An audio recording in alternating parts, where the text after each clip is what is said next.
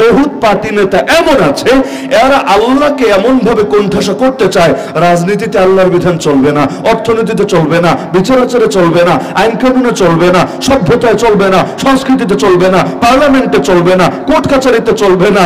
আরে অদ্ভুত ব্যাপার, এমনকি ফ্যামিলি ল, পারিবারিক আইনের ক্ষেত্রে পর্যন্ত চলবে না, ব্যাংকে চলবে না, শেয়ার মার্কেটে চলবে না, বীমা প্রতিষ্ঠানে চলবে না, চাকরিতে চলবে না, ব্যবসায় চলবে না, আইনে চলবে না। তো চলবেটা কোথায়? তোমার মাথায়। কোন জায়গায় আল্লাহর বিধান চলবে না?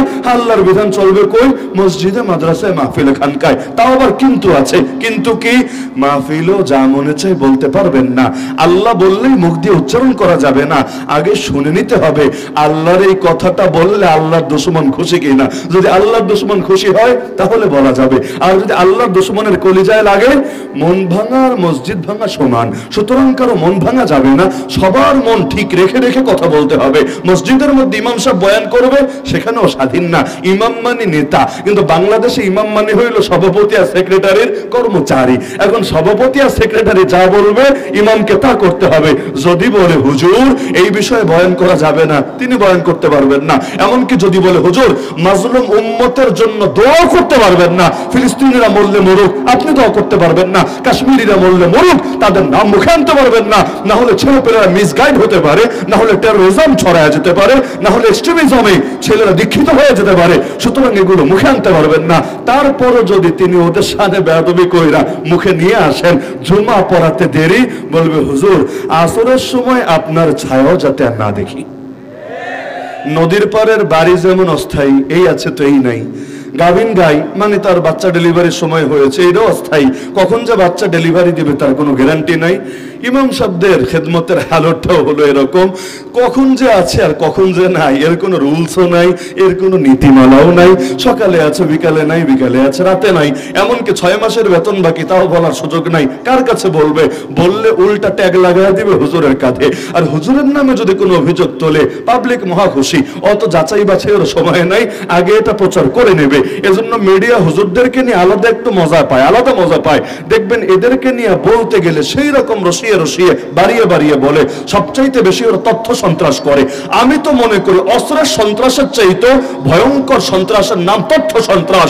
যে তথ্য সন্ত্রাসগুলো এই মিডিয়ারা এই উম্মার ওলামায়ে কেরামের শানে নিয়মিতই করে থাকে। এদের তথ্য সন্ত্রাসের কারণে পরবর্তীতে সরকারে যারা থাকে তারা এই আলেমদেরকে গুম করতে পারে, খুন করতে পারে, ক্রসফায়ার দিতে পারে, এক্সট্রা জুডিশিয়াল কিলিং করতে পারে, তাদেরকে নিয়ে আয়না ঘরে ভরে রাখতে পারে। আরে কাজ তো বাস্তবায়ন করে সরকারে থাকা লোকেরা, কিন্তু এর পথ খুলে দেয় এই তথ্য সন্ত্রাসে লিপ্ত থাকা হলুদ মিডিয়া।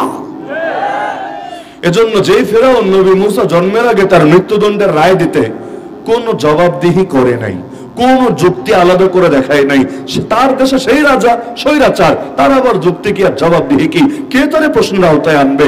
তো ওই সময়ে যুক্তি দেওয়ার প্রয়োজন মনে করে নাই, এখন বড় হওয়ার পর মারবে, এখন যুক্তি দিচ্ছে।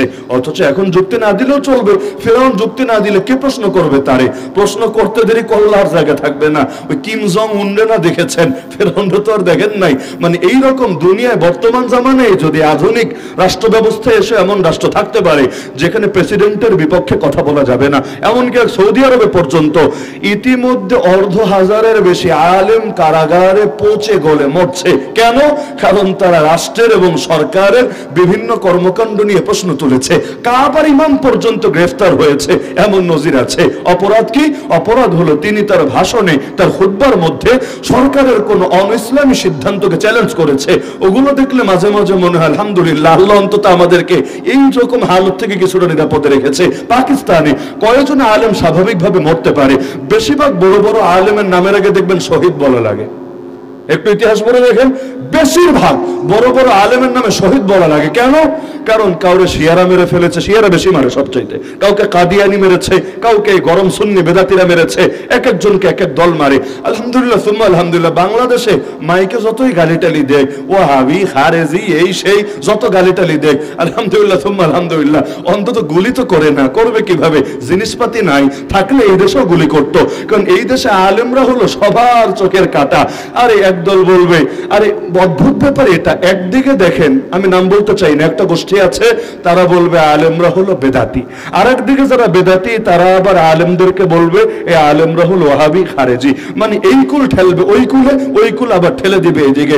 দিন শেষে আলেমরা আসলে কার, এই দলের না ওই দলের? কারণ সবাই মিলে ধুমায় গালি দিতে থাকবে। অপরাধ এটাই, কেন সে আলেম হয়েছে। হিজবুত তাওহীদের দাওয়াত দেখেন, ওদের দাওয়াতের মূল ফোকাসই হলো এখানে যে আলেম ওলামাকে আগে সরাতে হবে, উম্মতকে এদের থেকে বিচ্ছিন্ন করতে হবে। আলেম মানেই নাকি ধর্ম ব্যবসায়ী, আর হিজবুত তাওহীদের কর্মী মানেই হলো খাঁটি ধার্মিক ব্যক্তি। হিজবুত তাওহীদে ঢুকবেন একেবারে এমন এক মেশিন, একদিক দিয়ে ঢুকবেন আর একদিক দিয়ে বাইর হবেন, খাঁটি ধার্মিক ব্যক্তিতে পরিণত হবেন। আর কওমি মাদ্রাসায় পড়বেন, পরে আলেম হবেন, ব্যাস কিছু করেন বা না করেন ধর্ম ব্যবসায়ী, এই গালিটা আপনার কপালে জুটবেই জুটবে। এতে আপনার ব্যাকগ্রাউন্ড কি কোনো কিছু যাচাই করবে না। এমনকি আলেম ওলামারা আগে মেহনত করে করে অনেকের তাবলিগে পাঠাইতো, আমরা নিজেরা দেখেছি, আমাদের উস্তাদরা পর্যন্ত কত মানুষকে ধরে ধরে তাবলিগের মেহনতে পাঠাইতো। কেন? কারণ যাতে করে আম মানুষ সহজে ইসলামটা শিখতে পারে। তাবলিগের সবচাইতে বড় সুবিধার একটা সুবিধা তো এটা, মানুষের দিলের মধ্যে একটা ইশক, একটা মহব্বত ঢুকায় দেয়। সে বুঝতে শিখে যে আমাকে কিছু শিখতে হবে, আমাকে কিছু জানতে হবে। ফাজাইলে ইলম শিখতে থাকে তালিমের হালকায় বসে, এবং সে গুরুত্ব অনুভব করতে থাকে মাসাইলে ইলম আমাকে শেখার জন্য উলামায়ে কেরামের কাছে গিয়ে গিয়ে ঈমান, আকীদা, প্রতিটা জিনিস, মাসালা মাসাইল সব শিখতে হবে। আল্লাহর কি কুদরত! সারা জীবন মানুষ গর্ব করতো যে তাবলিগকে নিয়ে, এখন সেই তাবলিগের মধ্যে পর্যন্ত নাম হয়ে গেছে ওলামা বিদ্বেষী, এমন মানুষও তৈরি হয়ে গেছে।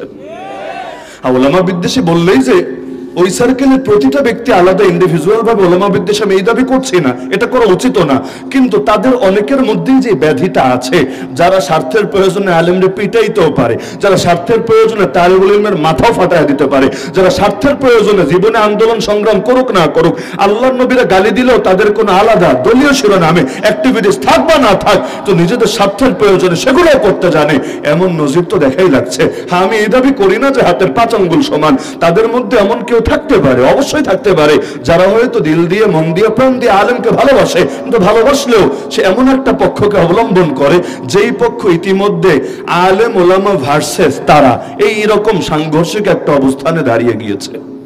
নাউযুবিল্লাহি মিন যালিক। তাহলে ফেরাউন এত সুন্দর যুক্তি দিল, কষ্ট পাচ্ছেন নাকি আমার কথায়? কষ্ট পেলেও কিছু করার নাই, কষ্ট পেলে আমি ক্ষমা চাই না। কেন? কারণ আমি কষ্ট পেলে বলি, যদি কেউ কষ্ট পান আর কি, তাহলে বলবো আপনি আপনার ইমানটারে শুধরায় নেন, আমার কি করার আছে। ইমানে যদি ভেজাল থাকে কষ্ট লাগতেই পারে। আমার কথা এমন যেখানে কষ্ট থাকবেই থাকবে, তবে ভালো মানুষের জন্য না, একটু অন্য টাইপের মানুষের জন্য। যেমন সাংবাদিকরা ইদানিং প্রশ্ন করে ইসলামী নেতা পেলেই, হুজুর আপনারা ক্ষমতায় আসলে কি হাত কেটে দেবেন? আপনারা ক্ষমতায় আসলে কি পাথর মেরে হত্যা করে ফেলবেন? কমন, আপনি একটু অনলাইনে নজর রাখলেই দেখবেন এই প্রশ্নগুলো প্রায় ইসলামী বরেণ্য রাজনীতিবিদদেরকে করা হচ্ছে।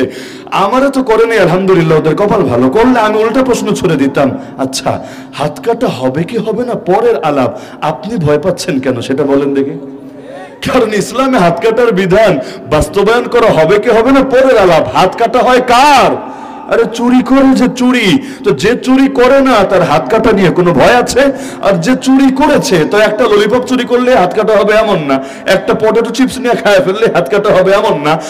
মোহরের সর্বনিম্ন পরিমাণ যেটা, মোহরানা বুঝেন না, ওই বিয়ে করতে যে আপনারা মোহরানা নির্ধারণ করেন, মোহরানা সর্বনিম্ন পরিমাণ যেটা হাত কাটার জন্য যে নেশাব আছে, মানে যতটুকু হলে হাত কাটা যাবে ওইটারও পরিমাণ হলো সেটা 10 দিরহাম।